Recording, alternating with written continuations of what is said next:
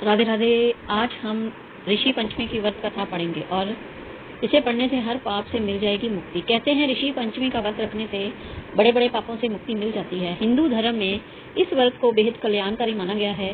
चलिए जानते हैं ऋषि पंचमी की व्रत कथा। तो कथा के अनुसार ऋषि पंचमी का पावन व्रत इस साल 8 दिसंबर को मनाया जा रहा है।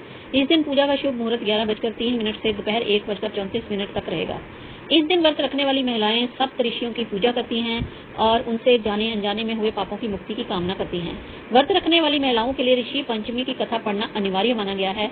चलिए जानते हैं पंचमी की व्रत कथा। ऋषि पंचमी की पौराणिक कथा के अनुसार विदर्भ देश में उत्तंक नाम का एक सदाचारी ब्राह्मण देव रहते थे, जिनकी पत्नी बड़ी ही पतिव्रता थी, जिनका नाम श्रीशीला था। उसे एक ब्राह्मण का एक पुत्र एक पुत्री थी।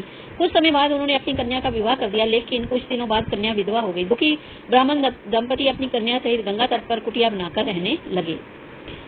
एक दिन जब ब्राह्मण कन्या सो रही थी तो अचानक से उसके शरीर में कीड़े भर गए। जब मां को पता चला तो उन्होंने अपने पति से सब कहते हुए पूछा, प्राणनाथ, मेरी साध्वी कन्या की यह स्थिति होने का कारण क्या है?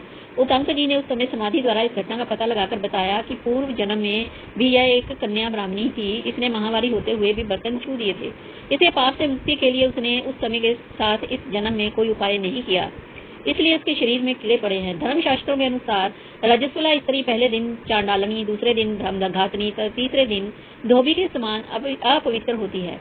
वह चौथे दिन स्नान करके ही शुद्ध होती है। लेकिन अगर कन्या शुद्ध मन से अब भी ऋषि पंचमी की विधि विधान से व्रत करे तो इसके सारे दुख दूर हो जाएंगे। पिता की आज्ञा से पुत्री ने ऋषि पंचमी का व्रत किया। व्रत के प्रभाव से उसके जीवन के सारे कष्ट दूर हो गए। अगले जन्म में उसे अटल सौभाग्य की प्राप्ति हुई। तो ये थी व्रत की कथा और इसी तरह से आप सब भी व्रत करें और ऋषि पंचमी पर पुण्य प्राप्त करें और इस कथा को विधि विधान से करें। जय श्री राधे, जय श्री राधे।